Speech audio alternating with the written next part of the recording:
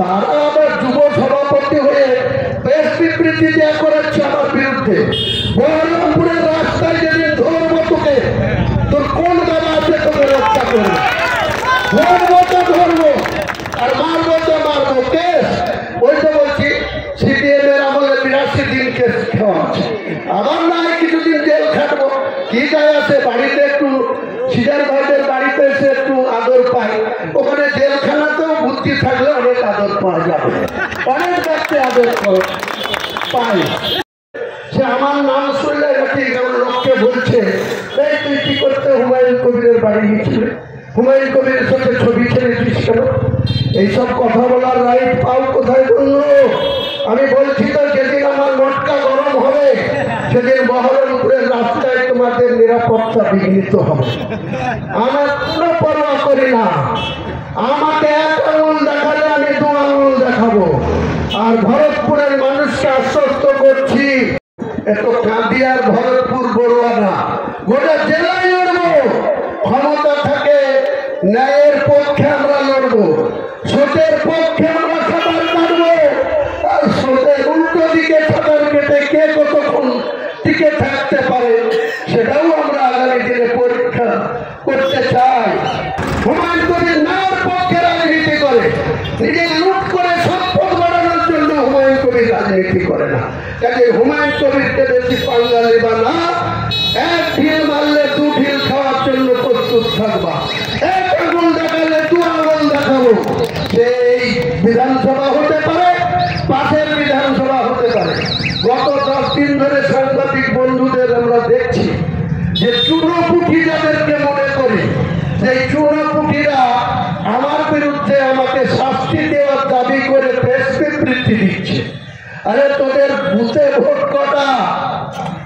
যারা কাজীর চেয়ারম্যান হয়ে বসে আছে তার 2024 সালে ইউসুফ পাঠানকে ক্যান্ডিডেট করেছিল হুমায়ুন কবির, অভিষেক বন্দ্যোপাধ্যায় করেছিল, মমতা বন্দ্যোপাধ্যায় করেছিল।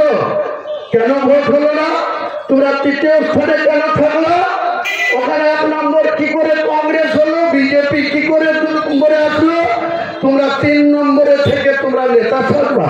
এই যে ভোটের নিরিখে কাঁদি পৌরসভা, বড় বড় নেতা দেখলাম, অনেক বড় বড় নেতা, অনেক বড় বড় বাণী, সতর্ক বাণী, এবং আমাকে বহিষ্কার করার জন্য তিনি রাজ্য নেতৃত্বের কাছে সুপারিশ করছেন, ওপেন চ্যালেঞ্জ করে, যে একে দল থেকে ছেটে দেওয়া হোক, বহিষ্কার করে দেওয়া হোক। কারণ তাদের যারা নেতা তাদের তাহলে এমনি লুটে খাচ্ছে, আরো লুটাটা অনেক সহজ হয়ে যাবে। কারণ হুমায়ুন কবিরই তো বাধা, আর তো কেউ বাধা দেওয়ার লোক নাই এই জেলায়।